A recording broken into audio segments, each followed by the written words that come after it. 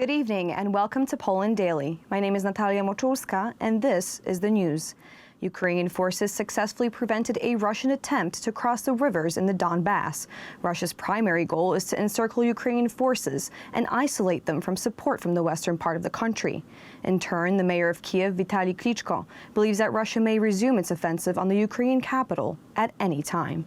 This morning, Russian forces launched a missile attack in which they destroyed the cultural center in Dergacha near Kharkiv. It housed a humanitarian aid center. Schools are under fire in the Chechen region.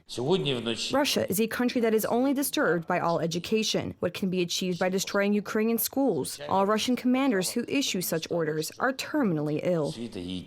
As a result of the shelling of Odessa, windows, roofs, and stuccos in the famous Vorontsov Palace were damaged. We must preserve our architecture for future generations, not only of Odessa, but also of the whole world. So I renew my request to include Odessa on the UNESCO World Heritage List. The Russians launched a missile attack on the oil refinery in Kremenchuk. Mykolaiv and the vicinity of Zaporizhia were shot at. Unfortunately, one person was killed yesterday and 3 were injured. These are all innocent civilians. I don't understand the aggressor's strategy. How will it benefit? It is destroying the homes of elderly people who are now homeless. I put on my coat, locked the house, and ran to the shelter. Some force threw me to the ground. Something flew overhead. When I woke up, I saw that there was nothing left, no houses around. Horrible. The Russians, under cover of fire, are trying to reach the Azovstal metallurgical plant. The situation becomes more and more complicated day by day. The Ukrainian authorities, supported by the international community, continue their efforts to rescue soldiers defending themselves there. I want all the defenders who are there to return home so that they can lead a normal life with their children and relatives. They deserve it. Why can others wander the streets with their loved ones and they cannot? Why is nobody helping them? The Ukrainians again struck Russian positions on Snake Island. The sunken ship is clearly visible in the satellite photos.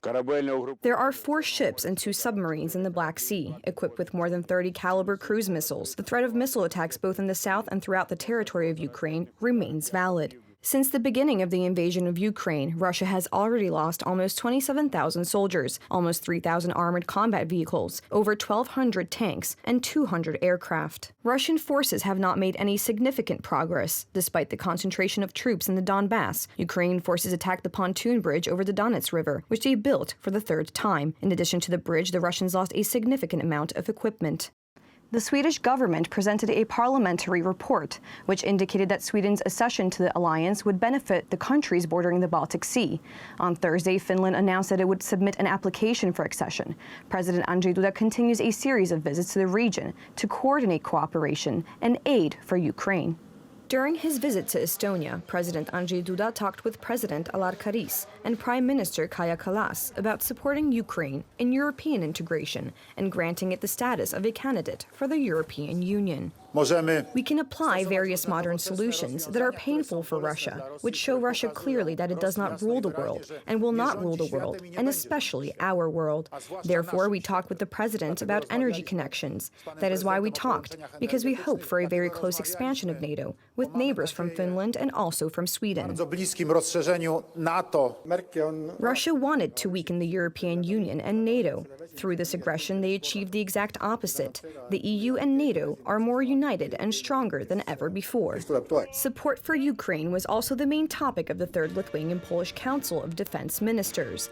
During the meeting, the directions for the development of military cooperation between Poland and Lithuania were indicated. Russia has committed and is committing crimes in Bucha. The presence of NATO forces on the eastern flank must be greater and constant. We make a great contribution to the activities, ensuring the security of Poland and Lithuania, as well as NATO. Increasing defense spending is a challenge, but it can scare the aggressor. Finland, on the other hand, officially announced its decision to join NATO. After yesterday's declaration by the President of Finland, the process of joining the North Atlantic Alliance is to be accelerated.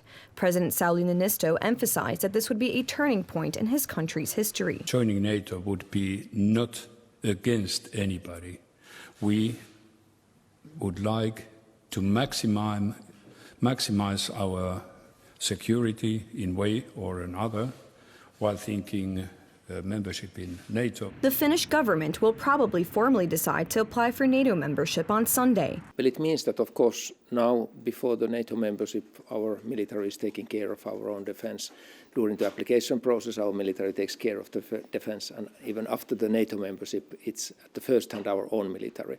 But, of course, then that would mean more help. U.S. President Joe Biden points out that Finland's NATO membership would benefit U.S. national security. Finland is a critical partner of the United States, a strong defense partner as well, a partner to NATO, especially on strengthening security of the Baltic Sea area. Sweden is also considering the candidacy of its country to the political and military alliance. Today, the Swedish government presented a parliamentary report consulted with the opposition, which indicated that Sweden's accession to the alliance would have a stabilizing effect and would benefit the states bordering the Baltic Sea. I think you really must analyze the new situation, do it very seriously, think about the consequences, the pros and cons of all potential ways forward, and I think you have to be very serious in this work. This is exactly where we are right now. The reason why this happened is not Finland's, what they are doing. The reason is what Russia are doing, that they have started a war in Ukraine. That's the fundamental thing, 100%.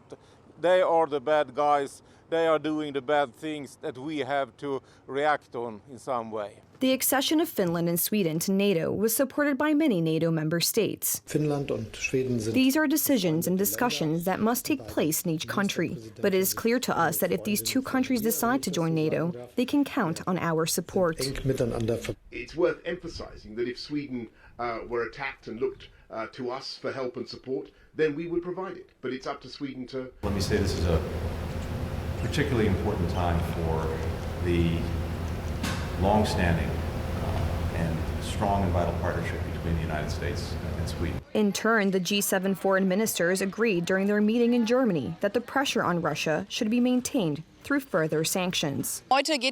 This terrible aggressive war, contrary to international law, means not only a deep crisis for the whole of Europe, but a global crisis. And that is precisely the goal of the president of Russia, to use this crisis to divide the whole world community. Today, we are sending a clear signal to Ukraine. We see you, we hear you, and we support you. We are not at war with Russia. Russia is at war with Ukraine. There is an aggressor and a victim of aggression, and we support the attacked side. We will continue our initiatives supporting Ukraine in the military and financial sectors. During the G7 summit, it was declared that the European Union would provide Ukraine with military support worth €500 million.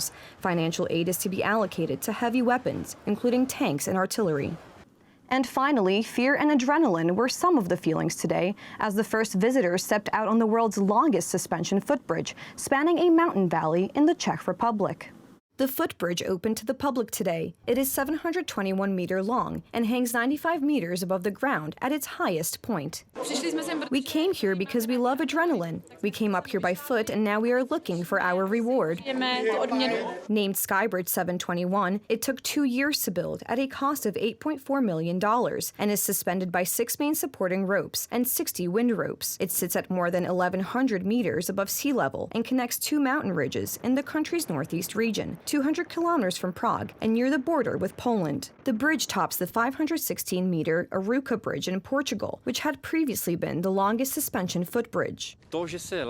We found out that the 721 meters long bridge became the world's longest later. This was not our primary aim. The length came out from the project when we were finding the place for the entrance and exit to be as direct as possible, so that the visitors have to overcome as low a vertical distance as possible. The new Czech bridge, though, is not without its critics. The Czech Nature Conservation Agency's regional director, Michal Servus, told Czech TV this week the bridge caused problems with protecting the surrounding areas and changed the environment of the area. Officials hope it will boost tourism in the area by giving a different look at the forested landscape. Thank you so much for joining us this evening. Please stay tuned for Poland Daily Weather, Poland Daily Business, and some of our other programs. But from me, have a great weekend.